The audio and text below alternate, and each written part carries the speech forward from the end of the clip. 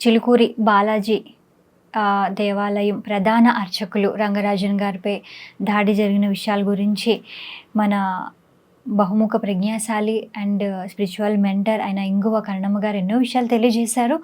అలాగే మరికొన్ని విషయాలు తెలియజేయడానికి ఈరోజు మన ముందుకు వచ్చేసారండి. నమస్తే అమ్మ. నమస్తే. సో అయితే ఇంకొక క్వశ్చన్ ఏంటి అంటే ఇది ప్రజలందరూ కూడా క్వశ్చన్ కూడా అయ్యి ఉండొచ్చు. వీర రాఘవరెడ్డి గారు ముఖ్యంగా హిందూ దేవాలయాల అర్చకులపై మాత్రమే దాడి చేయడానికి ముఖ్యమైన కారణం ఏమై ఉంటుందంటారు? మంచి ప్రశ్నమ్మా. ఇప్పుడు హిందూ దేవాలయాల్లో 95% దేవాలయాలన్నీ ఎండోమెంట్ డిపార్ట్మెంటు అండర్లో ఉంటాయి. అలాగే ఆదాయం కూడా హిందూ దేవాలయాల్లో వచ్చినంత ఆదాయము ఇతర దేవాలయాలు అంటే వాటిల్లో ఉంటుందో ఉండదో మరి నాకు తెలీదు. కానీ ఇక్కడ మాత్రం కంటికి కనపడుతూ ఉంటుంది. ఎందుకని ఇక్కడ చేసేటువంటి పూజా విధి విధానాలు, అలాగే అమ్మవారు కానీ స్వామివారికి కానీ దేవీ దేవతలకు చేసే కైంకర్యాలు, ఉత్సవాలు ఇవన్నీ చాలా గ్రాండ్ స్కేల్లో సెలబ్రేట్ చేస్తారు హిందూ దేవాలయాల్లో. సో మనకు అనేక పండుగలు కూడా ఉంటాయి. ఆ పండుగలకు కూడా ఎన్నో ఉత్సవాలకు నిర్వహిస్తూ ఉంటారు. ఇవన్నీ కాకుండా బ్రహ్మోత్సవాలు అని చెప్పి మళ్ళీ ప్రత్యేకంగా స్వామివారి ఊరేగింపులని ఇలా చాలా రకాలు ఉంటాయి. కళ్యాణోత్సవాలని ఇవన్నీ చేయడం ద్వారా అనేక లక్షలాది భక్తులు ఆ దేవాలయానికి ఆయా సందర్భాల్లో ప్రత్యేకించి మొక్కుకొని కూడా వచ్చి నిలువు దోపిడీలు ఇచ్చే వాళ్ళు ఉంటారు. అనేక సమస్యలతో వచ్చి మొక్కుకునే వాళ్ళు ఉంటారు. వాళ్ళ కోరికలు వాళ్ళ మొక్కులు తీరిన తర్వాత స్వామివారికి లేదా అమ్మవారికి అనేక కానుకలు సమర్పిస్తారు.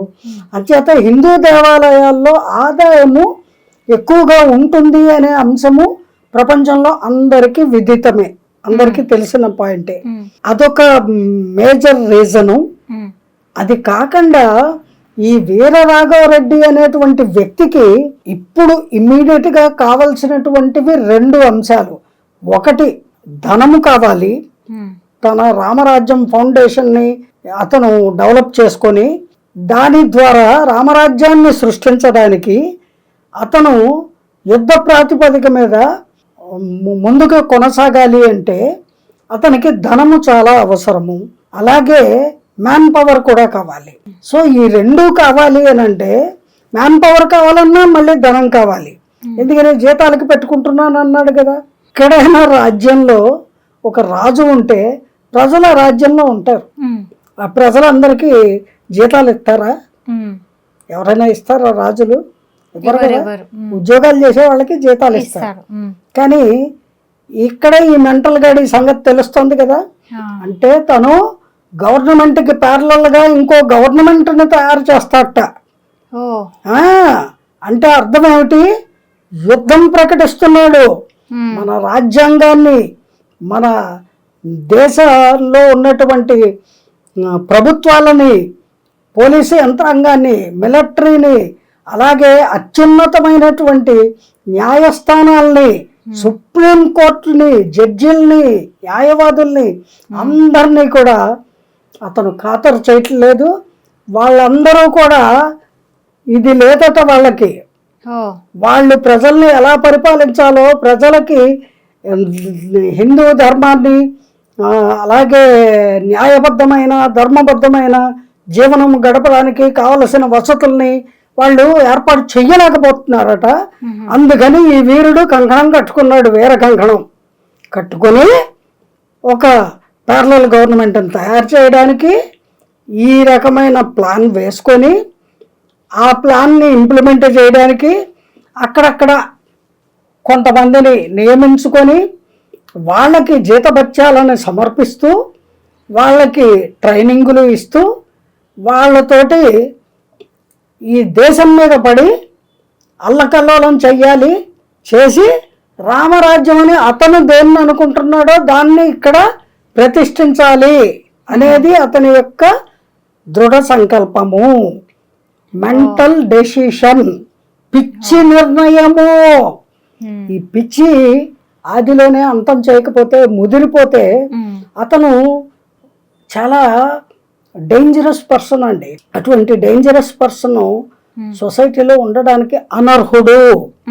అంతేకాదు, అలాంటి అనర్హులు అనేక మందిని అతను మతోన్మాదంతో తయారు చేస్తాడు కూడా.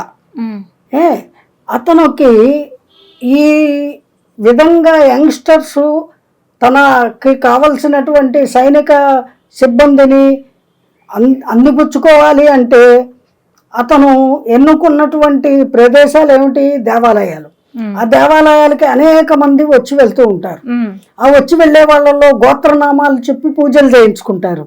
సో ఇక్ష్వాకుల వంశానికి సంబంధించిన గోత్రీకులు, భరత వంశానికి చెందిన గోత్రీకులు ఎవరో వాళ్ళ పేర్లు, లిస్టు, ఫోన్ నంబర్లు, వీలైతే అడ్రస్లు ఇవ్వాలి అని వీళ్ళని ముందు మామూలుగా అడిగి, వాళ్ళు ఎందుకండి అని అడుగుతారు కదా. అడిగితే అతను తన ఎజెండా చెప్తాడు. మీకు అర్థం కాలేదు, నేను రామరాజ్యాన్ని సృష్టిస్తాను, అందుకని అది ఇది అని ఏదేవో కబుర్లు చెప్తాడు. దానికి ఎవరైతే అంగీకరించరో వాళ్ళని సంహరిస్తాడట.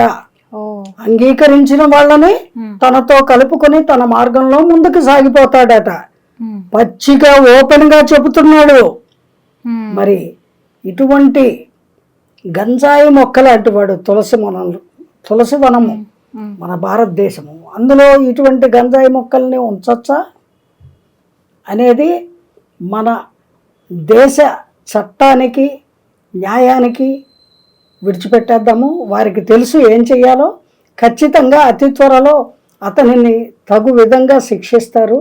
అతను ఒక రకంగా చెప్పాలి అని అంటే దేశ ద్రోహుల్ని తర్ఫీదిచ్చి తయారు చేసి దేశంలో ఉన్న శాంతి భద్రతల్ని భంగపరిచేటువంటి ఎజెండా పెట్టుకొని బయలుదేరాడండి. అది ఇప్పుడు ఈ చిలుకూరు సంఘటన, దాడి సంఘటన జరిగాక చాలామందికి తెలియవచ్చింది. ఇప్పుడు మన ప్రభుత్వానికి, ఉభయ ప్రభుత్వాలకి తెలిసింది. If I'm right, central government దాకా కూడా ఈ ఇన్ఫర్మేషన్ వెళ్ళే ఉంటుంది. విడిచిపెట్టదు అతన్ని తగు విధంగా మందలిస్తారు, శిక్షిస్తారు. అలాగే అతను ఇప్పటి వరకు ఎంతమందిని ఈ రకంగా తయారు చేశారో వాళ్ళందరినీ కూడా ఎంక్వైరీ చేసి పట్టుకొని తీసుకొచ్చి ఖైదు చేయడము తప్పనిసరిగా జరగాలి. లేకపోతే ప్రజలు ప్రశాంతంగా బతకలేరు. ముఖ్యంగా ఏ దేవాలయంలోనూ కూడా అర్చక స్వాములు ధైర్యంగా దేవీ దేవతలకి కైంకర్యాలు చెయ్యలేరు, భయపడతారు. అలాగే దేవాలయాలకు వెళ్లే భక్తులు కూడా భయపడతారు. అంచేత ఇది ప్రజా సంక్షేమాన్ని దృష్టిలో పెట్టుకొని ప్రభుత్వము, మన చట్టము, న్యాయము తక్షణమే తగు చర్యలు తీసుకోవాలి అని నేను సవినయంగా గవర్నమెంట్ వారికి మనవి చేసుకుంటున్నాను. అతి త్వరలో జరుగుతుంది అని ఆశిద్దాము. ప్రభుత్వం వారు ఎలాంటి నిర్ణయం తీసుకుంటే బాగుంటుందని మీరు అనుకుంటున్నారమ్మా? అది ప్రభుత్వానికి తెలుసండి. ఇప్పుడు మనము అందరము సామాన్య ప్రజలము. ఇటువంటి యాంటీ సోషల్ ఎలిమెంట్స్ని పట్టుకొని వాళ్ళ ఫిలమెంట్స్ తీసి గవర్నమెంట్ ఏం చేయాలో అది చేస్తుంది. అది గవర్నమెంట్కి సంబంధించిన అంశము. వాళ్ళు నిర్ణయాలు ఎలాంటివి తీసుకోవాలో తీసుకుంటారు, ఇంప్లిమెంట్ కూడా చేస్తారు. ప్రజలందరూ కూడా ప్రశాంతంగా జీవించడానికి ఇటువంటి దుర్మార్గుల్ని ఖచ్చితంగా శిక్షిస్తారు. అందుకని మనము ఇలా చేస్తే బాగుంటుంది అని ప్రభుత్వానికి సలహా ఇవ్వవలసిన పరిస్థితిలో మనం ఎన్నుకున్న ప్రభుత్వాలు లేవు. మన రాజ్యాంగం కూడా చాలా పటిష్టమైంది. ఎంతో ఆమోదయోగ్యమైనటువంటి రాజ్యాంగాన్ని బాబాసాహెబ్ అంబేద్కర్ గారు రచించారు. దానినే మనము గౌరవిస్తున్నాము, అమలు చేసుకుంటూ అనుసరిస్తున్నాము. ఇతనెవరో ఒక దుర్మార్గపు పైశాచికపు ఆలోచనలతోటి, పిచ్చితనంతో అలా వికృతమైనటువంటి చర్యలకు పాల్పడితే ప్రభుత్వం ఉపేక్షించదండి.